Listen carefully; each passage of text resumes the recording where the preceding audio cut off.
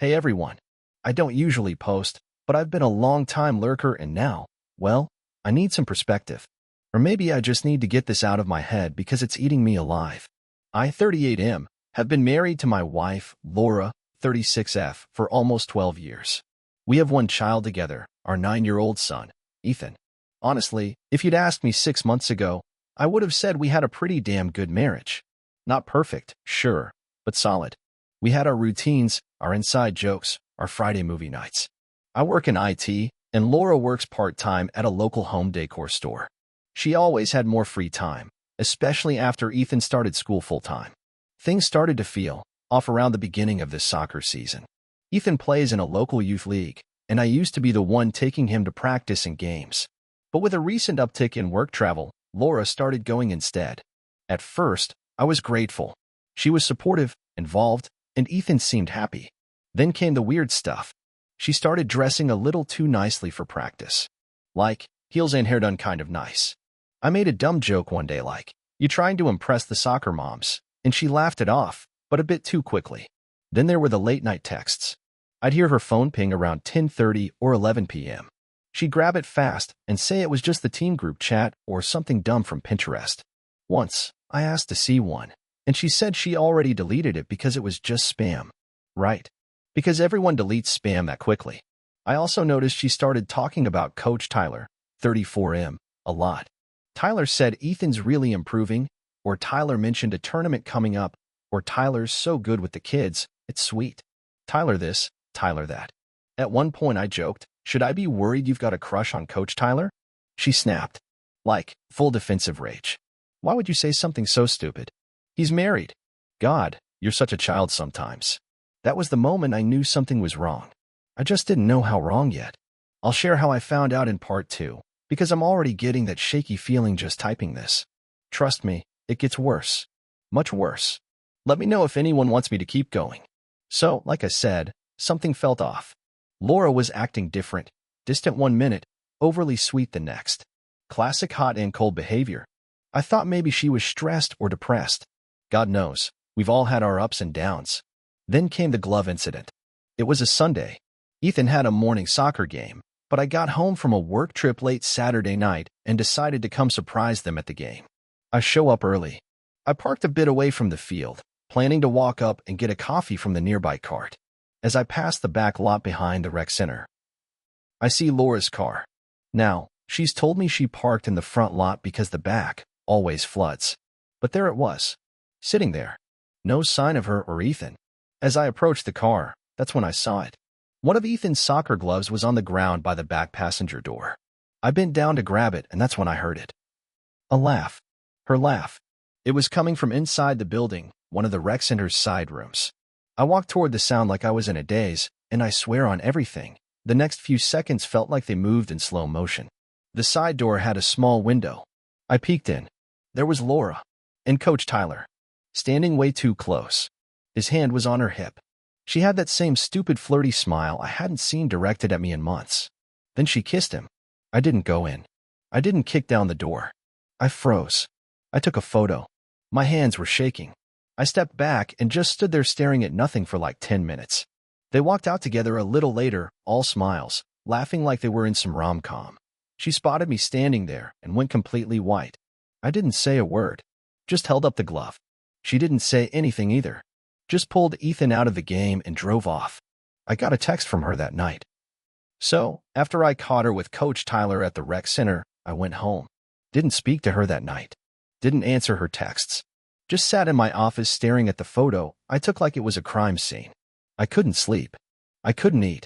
I kept going between maybe I misunderstood and burn it all to the ground. Next day, she comes home early from work. Storms into my office like she's the one who's been wronged. We need to talk now. No apology. No explanation. No guilt. Just that bitchy, defensive energy she gets when she's cornered. She says, "You completely embarrassed me by storming off like that at the field. Do you even realize how that made me look?" I laughed. Out loud. I asked her straight up, "Are you sleeping with Tyler?" She froze. Blinked. Then tried to pull off this dramatic sigh like she was the victim in a soap opera. "It's complicated, okay? Things haven't been good between us for a while." That's when I knew. She was gonna lie, deflect, and rewrite the past to justify it all. She said, get this. It was just an emotional connection at first. He understands me in ways you don't. I never planned for it to get physical. I asked her how long it had been going on. She said, a few weeks, but her face said months. I asked if they'd had sex. She said, only twice. Translation, multiply by 5 and round up. Then came the kicker. She had the gall to say, you travel so much. I was lonely. It just happened. Oh, and my favorite part. You haven't touched me in months. I thought you didn't want me anymore. Lady, you've been rejecting me since before Christmas. And now I know why. I told her I wanted space. That I needed time to think. After the confrontation with Laura, I needed answers from the other half of this garbage duo. So, I called Coach Tyler. Got his number from the team parent chat. I didn't come at him yelling or anything. I just asked if we could talk. Face to face. We met at a coffee shop. Public place. Neutral ground. I sat down, didn't even order anything. Just stared at him. He looked nervous as hell. Kept glancing around like I was going to punch him. Spoiler, I wanted to. I said, you know why I asked you here. He just sighed and said, yeah, man. I figured. I asked him how long he'd been seeing Laura. His answer? I didn't mean for it to happen, bro. Bro. He called me bro. He claimed it started innocently, talking on the sidelines, texting about Ethan's progress. Then it got emotional, and eventually they crossed a line. That phrase again. Crossed a line. These people talk like they tripped over a cord and landed in each other's pants. He said, I didn't want to hurt anybody. I said, well, you did. You hurt my son. You helped destroy his family. You think he's not going to feel this? Then this coward has the nerve to say, maybe it's better this way. If you and Laura weren't happy, at least now you both know. Oh, so you're doing me a favor? That's rich. I asked him if his wife knew. Yep, Tyler's married. With a newborn. He froze. He said, please don't tell her. We're working through stuff. This would ruin everything. I nearly flipped the table. Ruin everything? I said, you already ruined 2 marriages. You don't get to ask for mercy now. And here's the wildest part. He had no remorse. No apology. No, I made a mistake. Just excuses, blame shifting, and selfishness. I left. Didn't touch him. Didn't yell. But I told him if he ever showed up around my son again, we'd have problems that couldn't be solved with words. He didn't even argue. Just sat there like a deer in headlights. Out of everything I've been through in this mess, the lies, the betrayal, the humiliation, nothing wrecked me like what I'm about to share. I stayed at my brother's house for a couple of days after confronting Laura and Coach Backstabber. I needed time to think, to calm down, to figure out how to tell Ethan, our 9-year-old son, that everything he thought about his home life was about to change. The thing is, he loves soccer. It's his whole world right now. And Coach Tyler? Yeah, he adored him. Looked up to him like a role model. It made everything feel so much worse. So when I came to pick Ethan up for the weekend, Laura tried to pull her usual manipulative routine. Can we talk as a family first? Let's not confuse him yet. We should be on the same page. I shut that down. You lost the right to set the tone the moment you kissed my son's coach in a rec center closet. We went to the park. Just the 2 of us. Played catch for a bit. He kept asking why Mom was crying so much lately and if we were mad at each other. I sat him down on a bench. Took a deep breath. Ethan, sometimes grown-ups make mistakes. And sometimes those mistakes hurt people. Something happened between your mom and Coach Tyler that wasn't okay. His face twisted. Like a fight. I said, no, buddy. Worse than that. They started seeing each other in a way that people who are married aren't supposed to. There was a long pause. He blinked a few times. Then said something I'll never forget. So, Coach Tyler's not my coach anymore. I nodded. That's right. And things are going to change at home too. Your mom and I, we're not going to live together for a while. He didn't cry. Not then. He just went quiet. You could see the wheels turning, confusion, anger, sadness all crashing together in his little brain. When I dropped him off later, he didn't say much to Laura, just hugged her and went straight to his room. She texted me that night. I can't believe you told him. That wasn't your decision to make. I ignored her, because no matter how painful it was, Ethan deserved the truth more than she deserved to protect her fake image. So, after telling Ethan and cutting all contact with Coach Tyler, I figured I'd hit rock bottom. Spoiler, I hadn't. A few days later, Laura sent me a long, overly worded email titled, Let's talk about next steps. Basically, a manipulative pitch for conscious uncoupling. Like we're some celebrity couple parting ways with love and light, not a wife who blew up our marriage with a man our son calls coach. The email was packed with lines like, "This doesn't have to be ugly. Let's protect Ethan's peace. We were drifting apart for years. We both know it." Every line was her dodging blame. Zero accountability. But here's where it went from annoying to unbelievable. I went to gather some of my stuff from the house while she was at work. I was boxing up documents, old photos, Ethan's art from school, and I noticed her laptop was open on the kitchen island. I wasn't planning to snoop, I swear, but Outlook was open, and there was a subject line that caught my eye. Our timeline. Let me know if you're still in. My heart dropped. I clicked. The email was a thread with a contact named Mark C. Someone I didn't recognize. The thread was weeks old, maybe even months. Turns out Mark isn't just some guy. He's a divorce lawyer. A damn good one, too. I recognized the firm from a billboard downtown. And from the tone of the emails, it was clear. Laura had started consulting with a divorce attorney before I ever caught her with Tyler. She'd been prepping, strategizing. There were messages like, "If I'm awarded primary custody, I'd prefer to keep the house. Should I document anything specific to prove emotional neglect? Can I request a parenting plan that restricts travel during my custody days?" She was already building a case. And the kicker?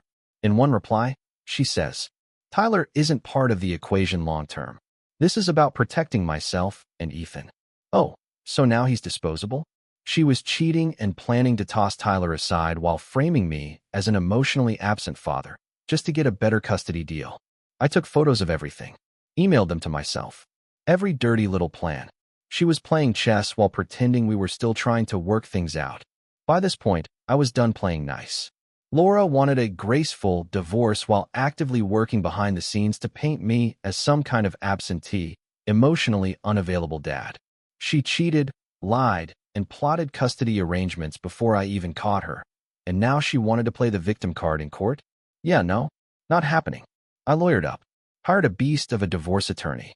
I came to our first mediation with a flash drive of emails between her and her lawyer, screenshots of her conversations with Tyler, even time-stamped photos of her cozy rec center moment for the cherry on top. When the mediator asked if there were trust issues or reasons for breakdown, my lawyer calmly slid that evidence across the table and said, "We believe this explains the breakdown pretty clearly." Laura turned pale. She tried to speak, but her voice cracked. Her lawyer leaned in and whispered to her, probably telling her to shut up. She sat there, biting her lip, tapping her nails, visibly shaking. Then, out of nowhere, like a soap opera twist, my lawyer says, "Also, we've been contacted by Mr. Tyler Richardson." Laura's head snapped up so fast I thought her neck might snap. Apparently, Tyler, after I confronted him, spiraled. His wife found out everything. Turns out she saw my messages on his phone before he could delete them. She kicked him out and filed for divorce too. And guess what? Tyler lost his job as a coach. The league found out about the affair through angry parents, and he was quietly let go. But here's the kicker. Tyler wanted to testify on my behalf. He was furious that Laura had used him and never intended to leave her husband. He literally told my lawyer. She told me it was serious. She said she loved me. Turns out I was just leverage. Poetic justice. In that moment, I didn't feel bad for him, not really. But I realized something. Laura doesn't care who she hurts. She only cares about control. I agreed to let Tyler submit a written statement for court. I didn't need to humiliate her in front of a judge. The truth was doing that just fine. Laura came in looking like she was walking a red carpet. Heels, flawless makeup, that fake, worried but dignified expression she must have practiced in a mirror. Her lawyer was all smug confidence, probably thinking they had this locked down. Their entire argument was built on painting me as emotionally distant, too busy with work, detached from family life. Blah, blah, blah. They even tried to use the fact that I stayed at my brother's place for a few days as evidence that I was abandoning Ethan. My lawyer? Calm. Collected. Then came the moment that flipped everything. We brought in Ethan's school counselor as a witness. This wasn't something I planned early on. It came up by chance. One day when I picked Ethan up from school, his teacher pulled me aside and mentioned that he'd been acting quiet lately. I asked if he could talk to someone, and they set him up with the school counselor. I gave permission. Apparently, he'd opened up. So we subpoenaed the counselor. She came to court and testified, under oath, that Ethan had said Mommy kisses Coach Tyler when Daddy's not home. He'd also mentioned that Mommy says Daddy doesn't love us anymore, but I think that's a lie. The room went dead silent. Laura's face turned a shade of white I've never seen on a living human. Her lawyers started objecting like crazy, but the judge allowed it because it came from a licensed professional reporting direct statements from the child, and Laura had agreed to school counseling in her own filings. Then came the emails. The photo. Tyler's written statement. It all came crashing down. The judge wasn't subtle either. He looked Laura dead in the eyes and said, "You've used this courtroom to try and manipulate the narrative, but your actions speak louder." He granted me temporary primary custody with shared visitation. She wouldn't get overnights until a court-appointed evaluator cleared her. That moment, victory. Not in a petty way, but in a protecting my son from a toxic liar kind of way. Of course, Laura didn't take it well. In Part 9, she decides to make one last desperate move that nearly derailed everything. I thought we were finally turning the corner. I had temporary custody of Ethan, Laura was exposed in court, and for the first time in months, I felt like I could breathe. But of course, Laura wasn't done. People like her never just accept consequences, they double down. 1 week after the court ruling, I got a call from Child Protective Services. Yeah, CPS. Someone had filed an anonymous report claiming I was emotionally abusive and neglecting Ethan, that he was left alone for hours, wasn't being fed properly, and was crying constantly at school. My stomach dropped. I knew who filed it. There's only one person spiteful enough to try something that dirty, and I'm married to her. Technically, still married to her. She was furious about losing temporary custody and tried to weaponize the system to flip it back in her favor. The CPS worker came to the house. I cooperated fully. Ethan was happy, healthy, clean, and fed. I even had a note from his teacher that week saying he'd finally started smiling again. The worker left after 45 minutes and told me, "Honestly, this looks like retaliation. We'll be closing the file unless something serious turns up." But just the idea that she tried that she was willing to risk her own son's mental health and mine just to score points, it broke something in me permanently. I called my lawyer and told him, "Push for full custody. I'm done trying to be civil." And we did. We filed for sole custody with restricted supervised visits until she completed a psych evaluation. The court ordered her to attend therapy. She screamed in the hallway that I was gaslighting her, that I never appreciated her as a mother, that I ruined the marriage. Projection much? But the best moment of that day came from Ethan. He was sitting with me in the car after school, eating a popsicle, and out of nowhere, he says, "I like living with you, Dad. It feels safe." That's it. That's all I needed. After months of lies, court battles, emotional breakdowns, and straight-up psychological warfare, the divorce was finalized last week. The custody arrangement? Full legal and physical custody to me, with supervised visitation for Laura twice a month, until she meets the requirements set by the court. She didn't even show up to the final hearing. Her lawyer came alone. I think she realized the game was over. Tyler, he vanished. Quit the City League coaching job, deleted social media. I heard through the grapevine his ex-wife moved across the country with their kids. Good for her. Laura tried texting me a week ago. Just 3 words. "Are you happy?" I didn't respond. Because here's the thing. I'm not happy yet, but for the first time in a long time, I'm peaceful. And that's worth more than any apology she could fake. Ethan's doing better. He's back in therapy, playing soccer again, with a new coach, and we've started a little tradition. Every Friday night we grab pizza and have dude night. Just us. Movies, snacks, and no stress. As for me, I've learned a few hard truths. Just because someone smiles in public doesn't mean they're loyal in private. Infidelity doesn't always look like lipstick on a collar. Sometimes it's subtle gaslighting and emotional manipulation. And if you ever feel like something's off, trust your gut. It's smarter than your heart. Would I ever remarry? Maybe one day. But not until I've healed fully, and certainly not with anyone who ever makes me second-guess my worth again. If you're reading this and you're where I was months ago, confused, doubting yourself, blaming yourself, stop. You deserve love that doesn't come with conditions, manipulation, or secrets. Thanks to everyone here for the advice, the support, the brutal honesty when I needed it most.